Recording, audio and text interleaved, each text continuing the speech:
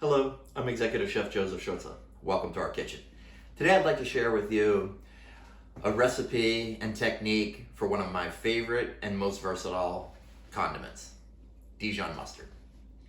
Dijon can be made with many different flavor profiles, like Merlot wine, can be done with tarragon, can make it spicy using jalapenos or habanero peppers. So join me now as I show you how I make mine. Well, the first thing we want to do is get a large stainless steel bowl.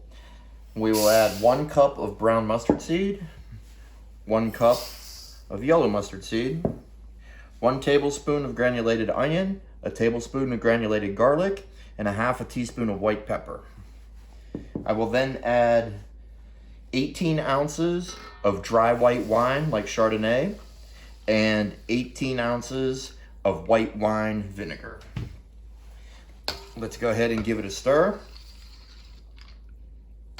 And we are going to let this sit for 24 to 48 hours. The liquid will be absorbed and the seeds should become very soft and mushy.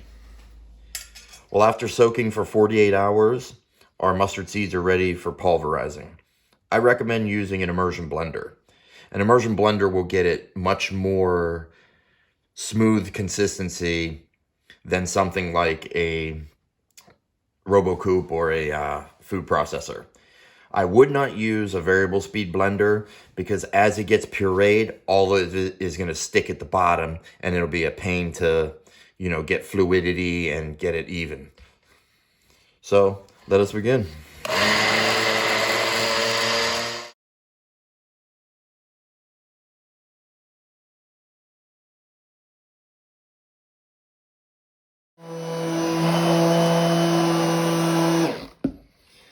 Well, there you have. This is the consistency I'm looking for. I really like the texture and the look with the brown mustard seed.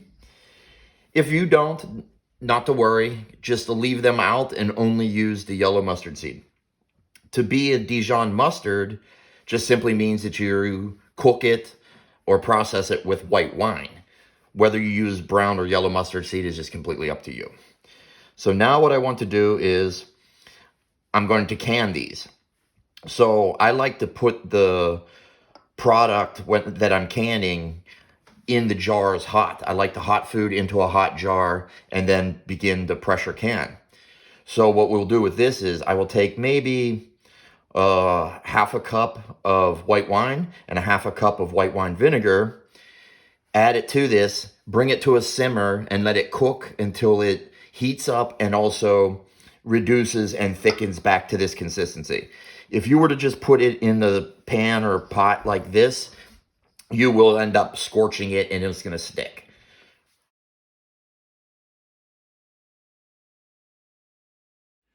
Well, there you have my Dijon mustard.